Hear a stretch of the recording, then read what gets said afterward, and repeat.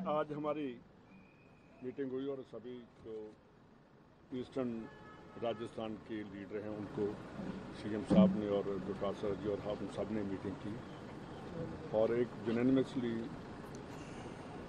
जो मुख्यमंत्री साहब ने कहा कि हम अपनी इलेक्शन की कैंपेन ईस्टर्न राजस्थान से ही स्टार्ट करेंगे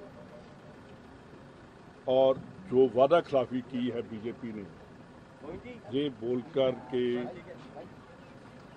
कनाल बनेंगी वहां से स्टार्ट करके अपन पूरे राजस्थान की जो बात करेंगे। देखिए जो इनके कार्यक्रम हैं, जो राजस्थान के चीफ मिनिस्टर साहब ने ईस्टर्न कनाल के लिए पैसा दिया, उन्होंने भूलकर भी वो पैसा अभी तक नहीं भेजा। यहाँ के बदकिस्मती है राजस्थान की कि यहाँ के मिनिस्टर होने के बावजूद शेखावत साहब राजस्थान के साथ मजाक करते रहे हैं। पूरे हिंदुस्तान की बात करने की बजाय सबसे पहले घर की बात की जाती है, फिर बाहर की बात करते हैं। जो मीटिंग आगे हुई, जो इन्होंने बातें की, एक बात तो बहुत स्पष्ट है कि जो राजस्थान की सरकार ने काम किया हम उस पर जाएंगे और बात करेंगे और बीजेपी से उसके हम सवाल करेंगे कि अशोक गहलोत सरकार ने इतने काम किए हैं, पहले इनका जवाब दो। वो कहते हैं ना कि राजस्थान नहीं सहेगा, हम कहेंगे हमने काम किए हैं, उनका जवाब दो। उसके आगे चलेंगे कि राजस्थान सहेगा या नहीं सहेगा। राजस्थान सहेगा और कांग्रेस को ही सहेगा। बीजेपी की जो नीतियां हैं वो अब बहुत दूर पहुंच गई हैं।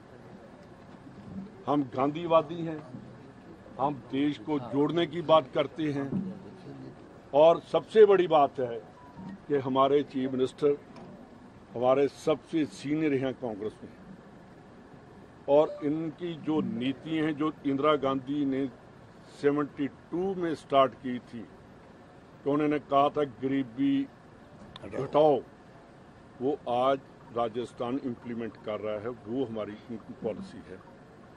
तो अब मैं सीएम से कहूँगा कि पहले आप दोनों जिन्होंने कहना वो बात करिए।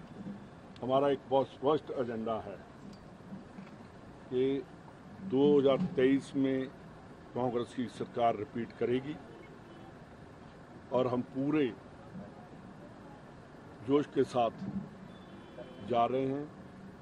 और मेरे को सबसे बड़ी खुशी इस बात की है कि सीएम साहब दोनों मेरे साथ खड़े हैं। जब मैं आया था इन्होंने मेरे को कहा कि आपके ब्लॉक कांग्रेस नहीं है, आपकी डिस्ट्रिक्ट कांग्रेस कमेटी नहीं है, आपकी प्रदेश कांग्रेस नहीं है, लीडर पड़े हुए हैं। सबसे ज़्यादा मैं इस बात की खुश भी हूँ कि मेरे आने के बाद कोई ऐसी बात नहीं है, लीडर भी इकट्ठे हैं और हम जो डीएनए हमारा सभी का वो कांग्रेस का है, खून कांग्रेस का है। हम अंदर बैठकर जो बात करनी है करते हैं और डेमोक्रेसी हमारे पास में, डेमोक्रेटिक वे से हम चलते हैं। डिक्टेटरशिप नहीं है कि कोई नहीं बोल सकता, ये वो बात नहीं है जहाँ तो हर अपना विचार रखते हैं। सिर्फ यूनानिमसली उसके ऊपर हम इम्प्लीमेंट करते हैं और मेरे ख्याल कल या परसों तक कोड ऑफ कंडक्ट लग जाएगा और दोनों जितने लीडर हैं हम कोर कमेटी के खास करके वो सभी उस ईआरसीपी में बैठेंगे और लोगों के साथ अपना जो विचार हैं वो करेंगे। आप मुझे बताएंगे। Thank you. काम किया दिल से, अपना कैंपेन काम किया दिल से कांग्रेस सरकार फिर से के नाम से 16 अक्टूबर से शुरू करेगी और शुरुआत हम केंद्र सरकार की वादा खिलाफी ईआरसीपी के ऊपर जो हुई है, इस कारण से हम इस मुद्दे को प्रमुखता के साथ लेते हुए 12 जिले में हम हमारी शुरुआत 16 अक्टूबर से करेंगे। एक दिन में हम 2 जिले लेंगे और 13 जिलों में हम हर जिले में एक बड़ी मीटिंग जो तकरीबन 1 लाख लोगों की होगी, मोदी की किसी भी मीटिंग से ज़्यादा होगी, किसी भी एक मीटिंग को ले लीजिए उससे बहुत ज़्यादा बड़ी होगी। और तब तक हम परसों से उन 13 जिलों में ERCP के ऊपर वादा खिलाफी के लिए जन जागरण अभियान प्रत्येक मंडल स्तर के ऊपर हम चलाएंगे। हर बूथ के लोग मंडल के ऊपर आकर के कार्यक्रम करेंगे। हमारा जो वॉर रूम है, यहाँ से जो सेंट्रल टीम हमारी जो बैठी है वो उनको वर्क देगी। नारे, झंडे, पोस्टर सबके साथ में जन जागरण अभियान करेंगे। 15 तारीख को नवरात्रा स्थापना है। 16 तारीख से हम लोग इस ERCP की वादा खिलाफी को प्रमुख मुद्दा लेते हुए हम उन 13 जिलों में 12 जिले से इसकी शुरुआत करेंगे। हमारे पास में कहने के लिए, जनता को बताने के लिए बहुत कुछ है और इतना है कि राजस्थान के इतिहास में 70 साल में जितना काम नहीं हुआ उतना काम हमारी सरकार ने राजस्थान के लोगों के लिए किया है।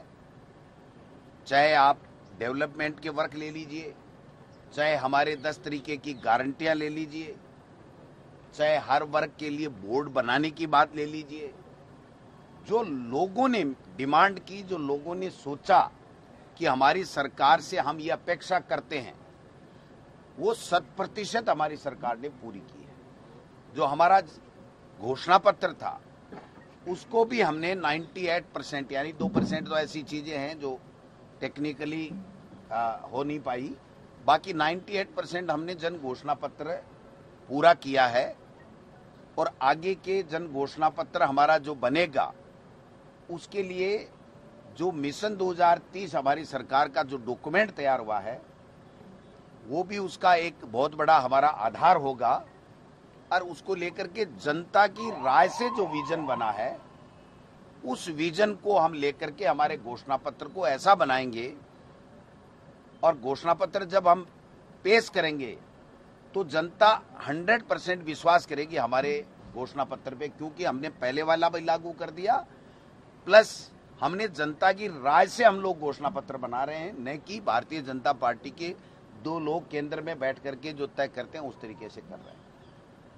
तो आप मान के चलिए कि हमारी योजनाओं का बहुत बड़ा प्रभाव जनता के ऊपर है। एंटी इंकम्बेंसी 0 के बराबर है। भारतीय जनता पार्टी में आपस में दुनिया भर की फूट है। और वो जो परिवर्तन यात्रा निकाल रहे हैं वो परिवर्तन यात्रा पहले वसुंधरा राजे जी के पोस्टर हटाने से लेकर के शुरुआत हुई, फिर उनका नाम नहीं लिया गया, फिर उनको पूर्व मुख्यमंत्री के बजाय विधायक लिखा गया, और अब शायद भारतीय जनता पार्टी, मोदी जी और अमित शाह जी एक परिवर्तन जो यात्रा निकाल रहे हैं, इसका मूल एजेंडा है कि वसुंधरा राजे जी पूर्व विधायक के रूप में अपना नाम नामित करें। तो मैं समझता हूं कि ये परिवर्तन खुद में ही करने में लगे हुए हैं। देश के प्रधानमंत्री जी को बार बार राजस्थान में आकर के ये कहना पड़ रहा है कि हमारा कोई चेहरा नहीं होगा, किसी के मुखड़े पे नहीं लड़ा जाएगा, कमल का फूल होगा। अरे भाई, कमल का फूल तो दिखा ही नहीं।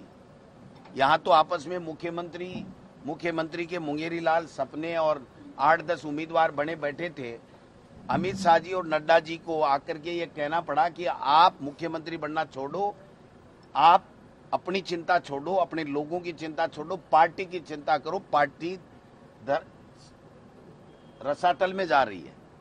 तो इससे बड़ी कोई बात नहीं हो सकती। आप बताइए कि क्या उनकी जो सूची थी, देश के प्रधानमंत्री की अध्यक्षता में जब कमेटी बैठ जाए, पूरी टॉप लेवल के नेता बैठ जाएं और उसके बाद में बचकानी हरकत हो जाए, इसका मतलब है कि ये न तो यूनाइट है, न इनका कोई विजन है, न इनके पास में राजस्थान में जो ऐतिहासिक काम हुए हैं, अशोक गहलोत जी के नेतृत्व में सरकार ने जो काम किए हैं उनका कोई उनके पास जवाब नहीं है। एक भी यात्रा में उन्होंने हमारी किसी स्कीम को क्रिटिसाइज नहीं किया। केवल एक झूठा परसेप्शन बनाने में लगे रहे।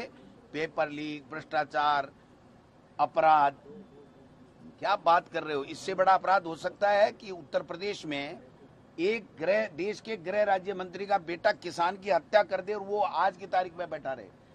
क्या ब्रजभूषण सिंह जो है वो उसके ऊपर रेप का आरोप और हमारी बेटियां जो देश और दुनिया में हमारा नाम रोशन कर रही हैं वो वहां सड़कों पे बैठी रही हैं, उनको घसीट करके और उनसे वहां से निकाला जाए धरना स्थल से, और वो भी आज की तारीख में वही एमपी बैठा है।